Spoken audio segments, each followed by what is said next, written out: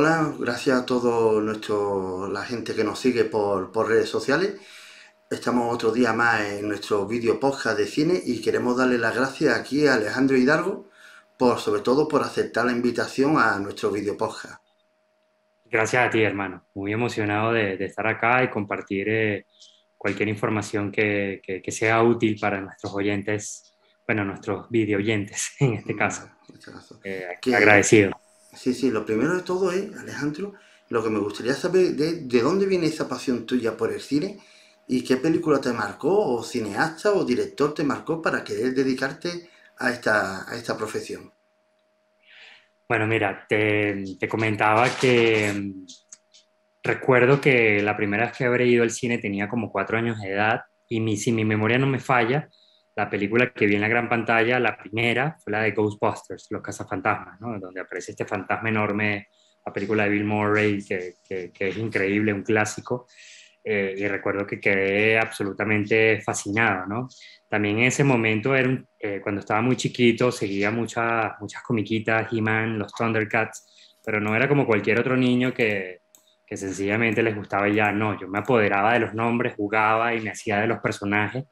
Y bueno, con el paso del tiempo empecé a conectar con el cine de horror. Cuando tenía 10 años de edad vi El Exorcista de William Friedkin, que es una película que me marcó de por vida en ese momento por el horror que me desató, que me dejó traumado, pero al mismo tiempo me hizo fascinarme en la historia y no poderme despegar de ella, ¿no?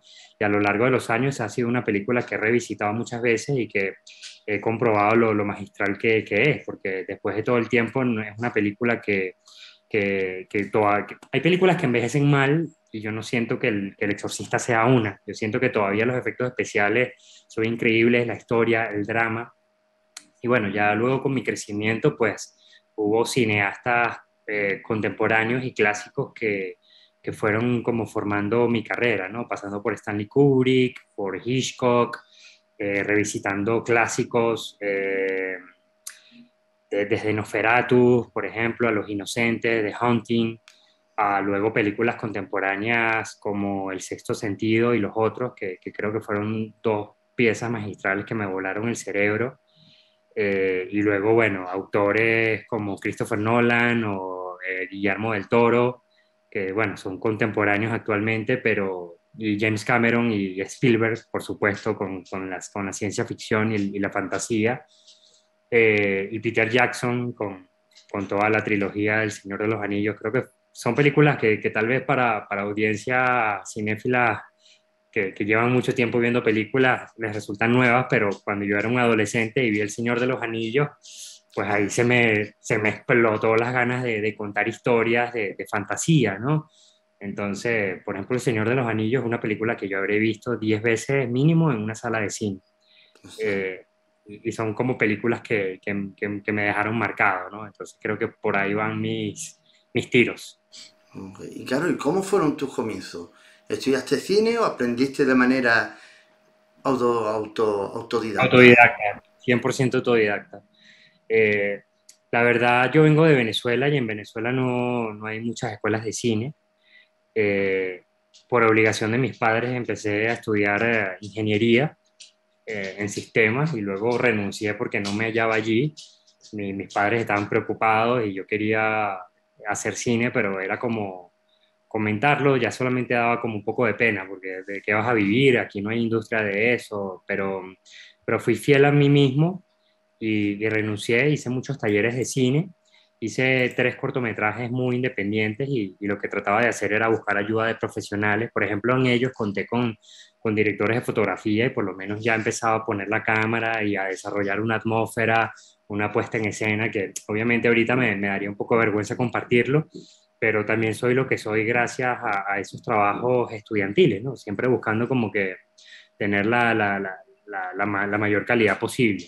Y luego, cuando tenía 24 años, es decir, hace 12 años, empecé a desarrollar mi proyecto de ópera prima y lo desarrollé sin haber tenido carrera como cineasta o como director de comerciales de televisión, pero sencillamente me aboqué a desarrollar el mejor guión posible y asistí a muchas clases magistrales de guión, inclusive Robert McKee, para poder construir un guión, porque ese guión fue rechazado muchas veces y me tomó unos 3 años escribirlo de manera obsesiva y el resultado final me encanta todavía, luego de 12 años.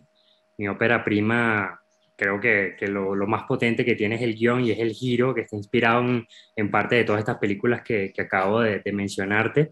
Y me lancé al set sin realmente tener una gran experiencia, realmente no la tenía de asistente de dirección, pero nada, puse mi puesta en escena, me arriesgué como artista, di lo mejor de mí, dirigí a los actores en base a lo que sabía y tratando de obtener la verdad de ellos y todavía yo veo mi ópera prima y a pesar de que tiene muchas debilidades, porque era una ópera prima y se hizo con muy poco presupuesto, me sigue conmoviendo la fuerza con la que ha conectado con el público, la historia, el suspenso que genera y por eso pues para mí es una obra de arte, no es una obra maestra, pero es una gran obra de arte, por lo menos desde mi punto de vista, que inclusive, bueno, se convirtió en una película de género más taquillera en la historia de Venezuela, una de las películas venezolanas más distribuidas en el mundo, New Line Cinema de Hollywood, queriendo hacer un remake y eso como que ha sido como un motor con el cual siento que la película me puso en una palestra en la que yo todavía no estaba por preparación, pero bueno, estoy ahí y me estoy reforzando y de ahí también hice esta segunda película en la que he crecido mucho como director y productor y la película tiene un mayor nivel de producción. Pero bueno, no estoy parando de hablar, prefiero que me vayas haciendo Vale. preguntas y...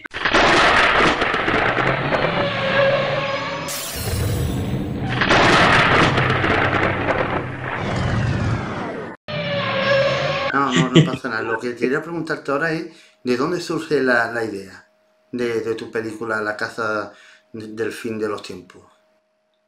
Mira, yo estaba con el cerebro volado con los otros y el sexto sentido por cómo el twist de que estábamos muertos, no sé, o sea, los personajes, los protagonistas eran los que estaban muertos y creo que lo contaron de una manera increíble que yo quería hacer algo similar, ¿no? Y siempre por el tema del fanatismo al cine de horror, yo le tenía mucho miedo a lo sobrenatural y recuerdo que una vez yo tuve como una especie de actividad paranormal en mi casa, las ventanas estaban cerradas y lo que estaba ocurriendo era que la puerta se abría y luego se cerraba y era muy lento y hubo un momento al final que se cerró con una fuerza enorme. Yo estaba con un amigo y estábamos aterrados y con el paso del tiempo llevaba ese temor, ¿no? Y un día como que me puse a cuestionarme, bueno, inclusive con los datos de estas películas. ¿Qué es un fantasma? Bueno, un fantasma es un espíritu que seguramente quedó preso en este plano y todavía está en la casa y a lo mejor vivió en esta casa. Y es un muerto. Y yo dije, bueno, es un muerto de otra época que vivió en esta casa. Entonces, ¿de qué época habrá sido? Bueno, suponte tú que vivió en esta casa hace 30 años. Y de repente me salió la idea que era, ¿qué pasa si realmente él no está muerto? Él está 30 años en su pasado y él está moviendo la puerta y yo estoy percibiendo el movimiento de la puerta 30 años después y se está generando una especie de conexión espacio-temporal.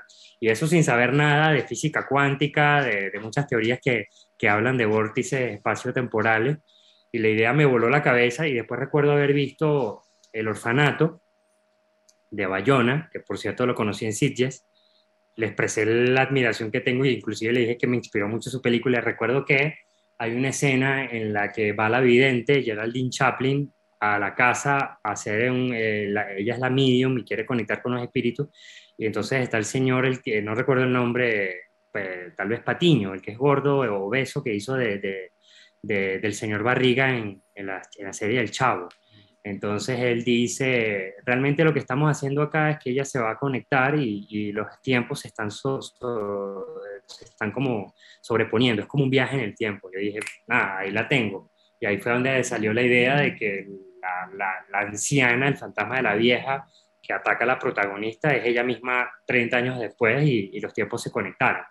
Claro, la idea estaba increíble, pero luego el reto era construir una trama que se moviera dentro de esto, ¿no? Entonces, quería moverme.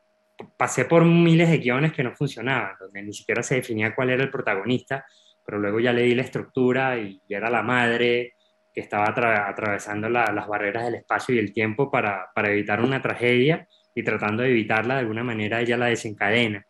Y me gustaba mucho generar una especie de loop en el que cuando tú entraras al pasado y cambiaras un elemento del pasado, ese elemento del pasado realmente no cambiara tu futuro, sino que tu futuro o tu presente ya estaba forjado por ese cambio.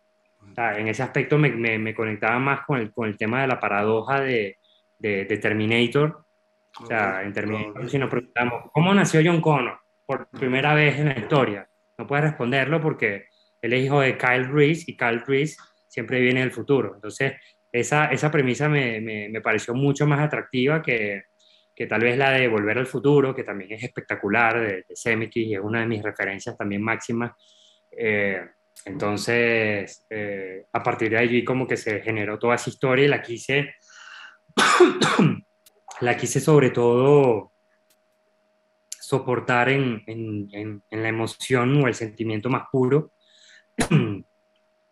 que de mi punto de vista es el amor de una madre.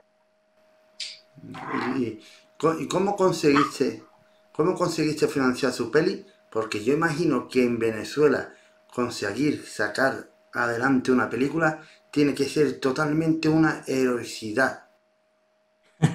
Sí, bueno, en ese momento no era tan complicado como ahora, porque había, siempre lo ha sido, obviamente, había un instituto de cine que estaba funcionando muy bien. ¿Qué pasa? La industria audiovisual tenía que pagar un impuesto y se reunía un fondo con el que se financiaban las películas. Obviamente tenías que competir con otra gente y yo estaba compitiendo contra óperas primistas que eran más conocidos por sus cortometrajes, por premios. Yo no tenía nada, tenía 3 cortos estudiantiles que no habían sido premiados. Pero bueno, después de participar un par de veces, el guión gustó mucho y fue seleccionado. Entonces creo que fui muy afortunado de que la película se dio, la hice con un presupuesto muy bajo de $330.000, pero bueno, levantar $330.000 ahorita en Venezuela para hacer una película es imposible por la crisis, por la dictadura. Y bueno, estuve como en el límite porque estrené la película en el 2013 y reventó la taquilla en el 2014, vino una implosión social muy fuerte, luego en el 15, 16, 17 vino toda la desastre el desastre que seguramente muchos de ustedes conocen. Y yo tuve que emigrar, pero no emigré sin nada. Mi película me dio dinero y yo compré un apartamento, lo vendí, me fui a Los Ángeles porque estaba una oferta de un remake en Estados Unidos y me fui allá sin siquiera hablar inglés, porque creo que de eso se trata la vida, que hay que ser muy aventurados y si queremos el sueño, pues la manera más rápida de llegar de un punto a otro es una línea recta. O sea, no, yo mientras estoy hablando con ustedes ya llevo 2 largometrajes y no llevo ningún comercial de cine. Que muchos directores dicen, no, la escuela son los comerciales y muchos los conozco y ya son mayores de 40 años de edad y tienen comerciales espectaculares y más experiencia en el set que yo, pero no han podido levantar una película, ¿no? Entonces yo me siento muy afortunado que mi experiencia en el set ha sido contando mis propias historias y eso me hace sentir muy feliz. Es fácil también decirlo y realmente vivirlo no lo es porque hay momentos súper duros y levantar una película no es fácil, pero la pasión me mueve y gracias al universo, a Dios o a como queramos llamarlo, me ha ido bien.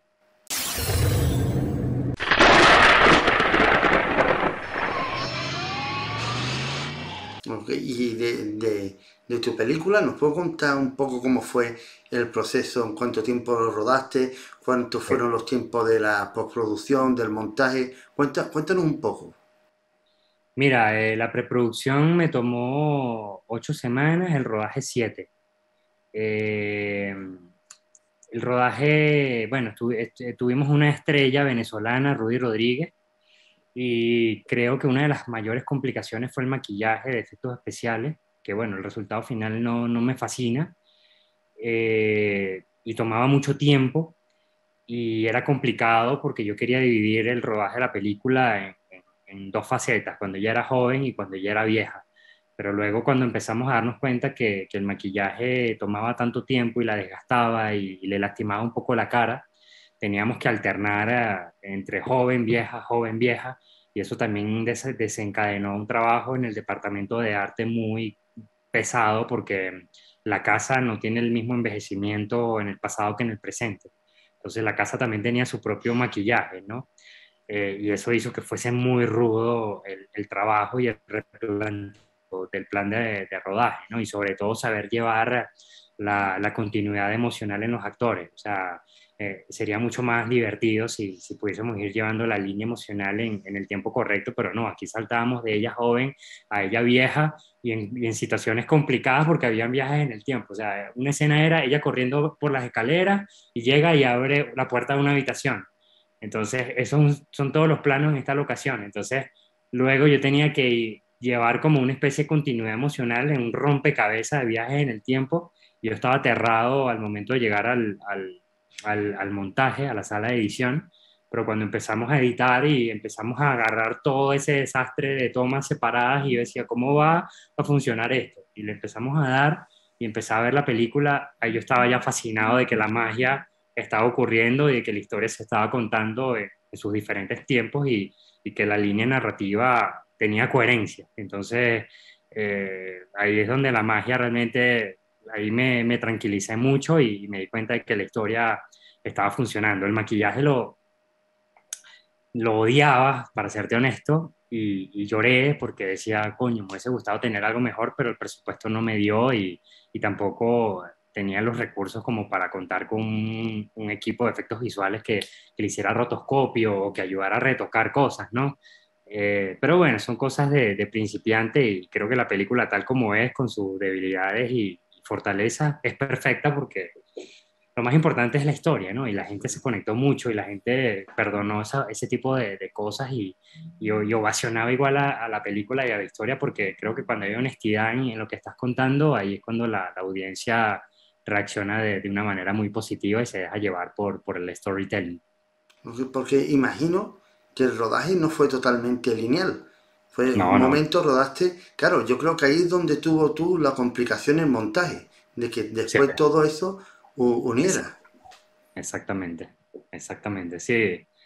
La verdad era un desastre, o sea, no de un desastre como tal, sino que era rodar escenas del pasado y las del presente y luego con los viajes en el tiempo y yo estaba muy aterrado al momento de llegar al montaje, pero ya después como que todo agarró coherencia y ahí sí me sentí ya aliviado de que estaba funcionando. Y después, ¿te esperabas el éxito en festivales? Porque ganaste muchos premios, entre ellos ganaste premio en el BIF, en el Mórbido, y también Sí, ganaste un premio en uno de los festivales más importantes de terror, el Screamfest. ¿Qué sí. marcó, qué importancia tuvo en tu carrera el ganar un festival tan importante como es el Screamfest? Increíble, fue un impulso enorme y la verdad que todo se fue dando como solo, o sea, la película fue como que consiguiendo su camino por sí misma, porque yo la verdad, Alejandro Hidalgo, yo ni siquiera tenía conocimiento de los festivales. O sea, yo cuando la película estaba haciendo un éxito en cartelera en Venezuela, yo decía, bueno, está haciendo un enorme éxito en Venezuela, pero yo quiero que la película empiece a trascender fronteras. Entonces, bueno, Google, festivales de cine de género. Yo había escuchado de Sitges y había escuchado de Fantasporto. Y lo que ocurrió con Sitges fue que yo cometí un error garrafal de que me apareció un distribuidor en España, tema producciones, con el cual cerré un acuerdo porque ellos iban a llevar la película a plataformas y a DVD y a Blu-ray. Y yo nada más imaginarme que mi película la podía tener en un DVD era un sueño, era algo que yo no me imaginaba. Entonces yo firmé y ellos ya estaban estrenando la película antes de Sitges y cuando postulé a Sitges era como que no, mira, ya tu película se está distribuyendo, ya la mataste. O sea, errores garrafales de principiantes. Entonces luego la mandé a Fantasporto y a la gente de Fantasporto le gustó mucho y en Fantasporto conocí a la gente de ventas que representa la película, que es Julian Richards de Ginga Films, que están en UK, y él se encargó de dar el paso final de compartir la película con el resto de los festivales, de llevarla a los mercados, y de repente era, mira, vendimos la película en Estados Unidos, aquí hay tanto dinero. Yo, ¿qué? Y de repente, mira, quedaste en tal festival. Entonces ya, yo que antes no tenía nada de dinero, ya tenía dinero para viajar, entonces viajé bueno, lo conocí a él en Fantasporto, luego viajé al Screenfest en Los Ángeles y ganamos, y ahí era cuando estaban empezando todos los productores de Hollywood a pelearse por representar los derechos del remake, y ese fue como un impulso enorme. Y yo me sentía como que un sueño haciéndose realidad, materializándose, y de alguna manera yo sentía desde que estaba escribiendo el guión que eso iba a ocurrir, pero nunca tienes la certeza y de todas maneras cuando está ocurriendo no dejas de sorprenderte, porque yo creo que todos los cineastas o cualquier persona hace su película para que llegue lo más lejos posible. Y ahí estaba ocurriendo, ¿no? Y se estaba como que recompensando todo el esfuerzo y todo el trabajo.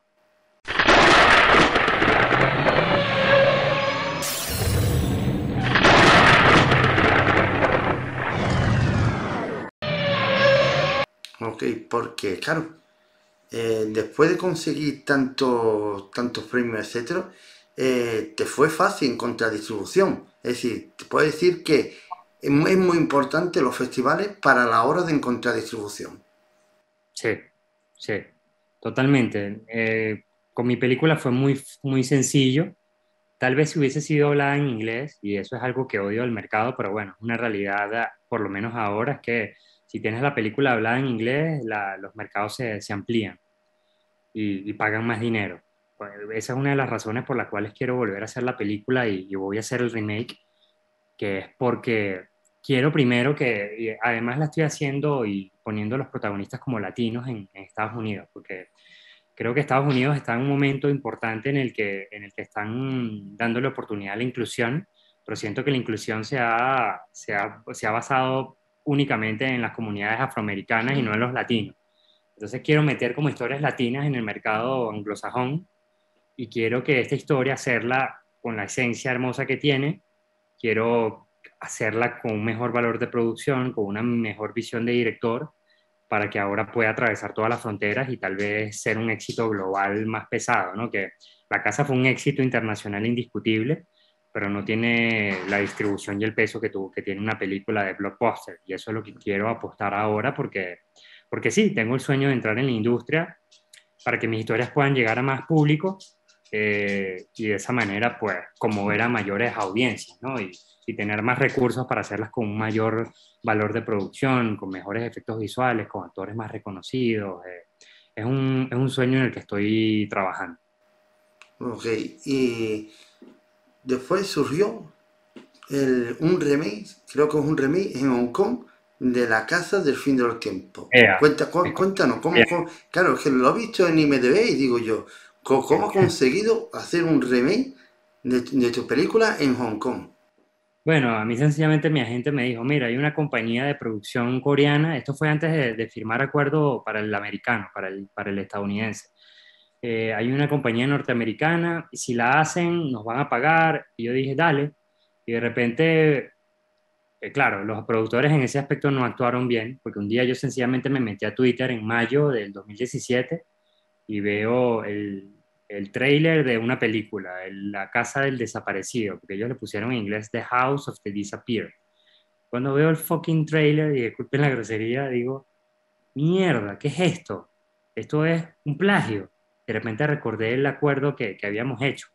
De repente los contactamos y ahí nos pagaron. Entonces fue increíble porque lo protagoniza una de las protagonistas de Lost, que también en la serie toca temas de viajes en el tiempo, Eugene Kim. Y, pero fue increíble, ¿no? Y además vi la película y me conmovió mucho porque era darte cuenta cómo una buena historia puede ser universal, porque ellos le hicieron una adaptación y metieron cosas de Feng Shui y cosas que no estaban en el guión original, pero cuando una historia es universal se puede contar en cualquier lugar del mundo. Y ¿Cambia mucho la historia por el contexto? Pero, ¿tiene tiene cambio? cambios contextuales, pero en líneas centrales es la misma historia. Creo que el terror no fue tan potente y creo que esa fue como la debilidad, pero creo que la historia sí estaba bien contada e inclusive hay un par de cambios que ellos hicieron que yo tengo pensado utilizarlos en el remake norteamericano, porque creo que me gustaron. Ahora, cuéntanos de tu nueva película, El Exorcismo de Dios. Sé que la acabas de estrenar, hasta un Sí, sille, felicidades, acabas de gracias. estar en el Mórbido y imagino que estarás en más festivales de Fantástico y Ok. cuéntanos sobre tu nueva película. Bueno, yo la verdad, mientras estaba con el éxito de La Casa, estaba desarrollando ese guión junto a Santiago Fernández Calvete. No era una película que yo iba a dirigir, porque la verdad, a mí lo que me apasionaba de la casa es que la casa tenía un tema que rompía con lo espiritual religioso y presentaba que los fantasmas eran realmente personas de otro tiempo con una conexión espacio-temporal, que se iba por el sci-fi, que es más un poco de lo que yo siento como Alejandro. Yo creo en una energía divina, en un Dios, pero no creo en demonios, no creo en fantasmas, pero de repente me dije a mí mismo, pero no te mientas, a ti te fascina El Exorcista y te gustan mucho las películas de terror y está bien que no compaginen con tus creencias, pero la realidad de lo bonito del cine es que te sumerge en una verdad y en una realidad. O sea, si yo veo una película de fantasía, El Señor de los Anillos, en la que hay orcos, hay elfos, hay dragones, y lo creo y lo disfruto, ¿por qué no disfrutar de esas convenciones con el terror? Entonces ahí dije, bueno, voy a agarrar este guión que ya no lo va a hacer Gigi Romero, lo voy a dirigir yo y le voy a imprimir mi propia pasión. Y entonces fue como mi propio homenaje, mi propio pequeño homenaje, porque es muy distante a la obra maestra que es El Exorcista, pero le imprimí cosas muy interesantes a la película. Yo quería que la película fuese, a diferencia de La Casa, que es todo contenido psicológico, fuese un espectáculo más visual, con más efectos especiales, más jump scares. Una película para disfrutar con unas buenas palomitas, unas como, o como decimos los venezolanos, cotufa, en la que te diviertas, que haya mucha adrenalina, mucho horror, utilizando las convenciones de los exorcismos y haciendo homenaje al exorcista, porque yo siento que no hay películas de posesiones donde la presencia de Regan, que superen a la presencia de Regan. Entonces yo utilicé los principios de ese maquillaje, busqué una voz similar a la del demonio y sobre todo rescaté el exorcista, que era algo que extrañaba de las películas de exorcismo, es que el demonio tuviese un plan macabro y magistral orquestado, no que fuese sencillamente un demonio poseyendo a personas. Y también traje como convenciones más modernas del género, de las que presenta un maestro como James Wan, por ejemplo, con The Conjuring o todas las películas del universo del Conjuro, pero le sumé a eso, a ese espectáculo de horror, una premisa más humana, en la que acompañamos un personaje atormentado que cometió un pecado y que fue poseído por el demonio y cometió una atrocidad y tiene ese pecado encima y después de 18 años, este demonio regresa y la única manera que él tiene de vencer a ese demonio es redimiendo ese pecado, pero si él redime ese pecado, si él lo confiesa, él sacrificaría todo lo que más ama, el lugar que ama, la posibilidad de ayudar a la gente, inclusive su meta de alcanzar el Vaticano, porque como un ser humano también tiene sus metas y tiene su ego.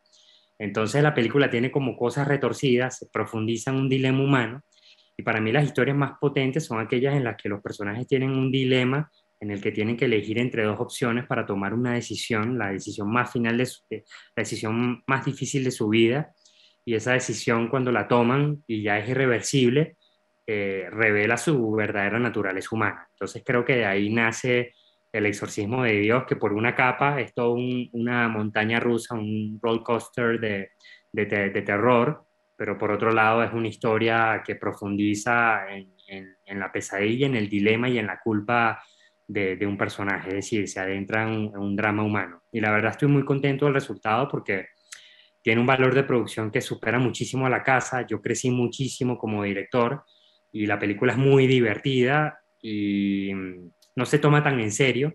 Hay personajes, íconos religiosos muy aterradores allí y los creé con maquillajes prácticos de efectos especiales, complementado con VFX. La Casa del Fin de los Tiempos era un terror hacia lo desconocido. Aquí es totalmente conocido y en tu cara, pero muy fuerte. Y ese terror a mí también me divierte y quise hacer una película también así para crecer como director y contador de historias.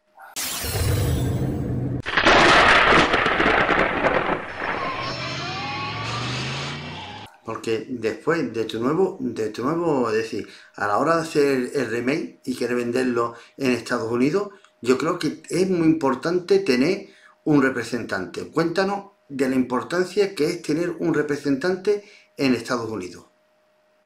Absolutamente. Y lo más duro en Estados Unidos es conseguirlos porque realmente ellos no dejan que tú los busques, ellos te buscan a ti. Y yo tuve la fortuna de que a mí me buscaron, primero me representaba un agente independiente, Michael Lewis, que por ejemplo representaba a Javier Aguirre Sarobe, director de fotografía de The Others, con una gran trayectoria, a quien admiro muchísimo. Pero luego me empezó a buscar una compañía más grande que se llama Paradigm, en la que estaba Scott Henderson, que es el mismo representante de James Wan, y él con la insistencia con la que me buscaba y el hecho de representar a James Wan, yo tenía el otro agente y era como que no puedo dejarlo tampoco, ¿no? Y al final logré la manera de conjugar que trabajaran juntos. Y ahora Scott Henderson se mudó de Paradigm a CAA, y CAA es la agencia número uno de Hollywood. O sea, ahorita yo puedo decir, me representa la agencia más importante de Hollywood, que representa, no sé, a Brad Pitt, a Denis Villeneuve, o no sé, a cualquier actor, a Robert De Niro. eh, y la verdad, eso me fascina y los agentes son una gran ayuda, pero también tú mismo tienes que construir tu carrera, porque yo estuve en Hollywood y Hollywood es una industria muy cruel, es una industria que está sostenida en la moda. Entonces estás de moda y en IMDb estás en un número bajo y te caen miles de guiones. Y a mí me cayeron miles de guiones y es complicado porque, para serte honesto, el 99% de los guiones son horribles. Eh, pero por otro lado, tienes que aprovechar las oportunidades y tratar de mejorarlos como director. Y a mí me llegaron, además de un montón de guiones horribles, me llegaron como unos 3 guiones espectaculares con los cuales yo me gané, porque no es que te llega el guión y ya ya tú eres el director, no.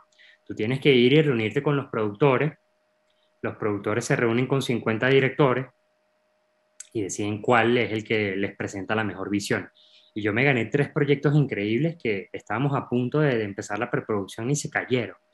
Y ahí es donde las palabras de Guillermo del Toro me vienen a la mente. El estado natural de una película es que no se haga. Es absolutamente cierto. Entonces, yo estaba en Los Ángeles solamente esperando que me llegaran proyectos o que el propio remake de mi película se hiciera, gastando dinero en la ciudad más costosa del mundo. Y, y cuando empecé a ver que los proyectos se caían, que depende también un poco del factor suerte, me dije a mí mismo, bueno, continúa en este camino, pero también desarrolla algo por ti mismo y capitaliza lo que hiciste con la Casa del Fin de los Tiempos. Entonces, en ese momento, agarré el proyecto del Exorcismo de Dios y empecé a buscar capital y financiamiento privado, y de esa manera obtuve el financiamiento de un empresario que puso el capital para hacer el Exorcismo de Dios, y es la película que tengo, y es la película que me va a abrir más puertas, y con eso quiero yo mismo agarrar el proyecto del remake de La Casa por las riendas, porque ya el contrato con New Line se venció. Ahora quiero ir yo a Hollywood con mi propio guión y decirle, ¿la quieres hacer? Dame el dinero. Si me lo das, bien. Si no, me busco un capital privado. Pero creo que ese poder de tener el control creativo y las decisiones finales de tu proyecto, y no solamente que estén en manos de terceros por los cuales estés esperando, es fundamental para ir forjando tu carrera, porque si no se te va el tiempo y no logras concretar tus propios proyectos. Ok, y sobre todo ahora, para terminar, ¿vale? Sí. ¿Qué consejo daría a los nuevos cineastas que se quieren dedicar al cine? Mira, tienen que ser valientes y tienen que creer en ellos. O sea, yo creo que aunque suene a un concepto de autoayuda, es un tema de creérselo, porque hay una línea delgada en la que no eres cineasta a la que sí eres, y esa línea empieza por la decisión, y esa decisión genera resistencia. O sea, yo que no había nunca hecho una película, yo tenía que decirle a la gente que tenía un guión y que era un director de cine. Pero si yo no me lo creo, la gente no te lo va a creer. Y así tú te lo creas, mucha gente no lo va a creer y te va a poner obstáculos, ¿no? Por ejemplo, recuerdo una cineasta venezolana contradictoria que me decía, antes de ponerte a hacer una ópera prima, deberías levantar capital y hacer un cortometraje. No, cada quien tiene su propio camino y tú tienes que creer en ti. Obviamente tienes que formarte lo mejor posible y tienes que investigar y tienes que tener tus metas claras, porque a veces el error que cometemos los operaprimistas es que creemos que nos queremos comer al mundo y sabemos que tenemos un talento grande y creemos que podemos estar encima de cineastas contradictorias y que podemos traer una idea diferente, pero realmente cuando lo hacemos así es un desastre, porque no pasamos por el proceso de las formas, y la forma, la estructura clásica de un guión, por ejemplo, es fundamental. O sea, hay formas y principios que hay que respetar, y por eso hay que formarse, hay que creer en uno, y sencillamente hay que salir con una cámara a filmar, y también hay que buscar todos los caminos posibles para levantar el financiamiento, ¿no? Y sean privados o públicos, y tener una responsabilidad de entender que el cine sí es arte, pero también es un negocio. Y si tú vas a trabajar de esto y quieres vivir de esto, pues tienes que también hacer que funcionen los números, ¿no? El cine es un arte muy costoso, que además no es de 2 euros o $2. Estamos hablando de mucho dinero. Entonces, eh, yo sé que hay muchos fanáticos de Godard, de Fellini, y que quieren hacer historias autorales, y eso me parece súper bien, pero hay que tener conciencia de que el cine también es un negocio. Entonces, mis consejos serían: haz cortometrajes, reúnete de profesionales y nútrete de ellos, créete tú mismo que eres un director o un productor. 4, busca los capitales de financiamiento. 5, fórmate. Y 6, ponle una meta objetiva a tu proyecto, que no nada más sea egocéntrica de que vas a cambiar la historia del cine y que nada más vas a hacer arte, sino que sí, imprimas tu arte en la obra cinematográfica, pero también la veas como un negocio, porque también es un reto hacer que ese dinero con el que hiciste una película traiga más frutos económicos, ¿no? Al final de cuentas queremos vivir de esto y queremos que sea una industria que se vaya moviendo. Pues nada, pues muchas gracias Alejandro por haber existido, gracias por aceptar la invitación y gracias por compartir toda tu pasión, todos tus conocimientos sobre esta bella arte que se llama el cine. Gracias a ti por la invitación y bueno, espero que haya sido de utilidad para todos los que nos están viendo y escuchando. Pues muchísimas gracias. Un gran abrazo, gracias. Venga.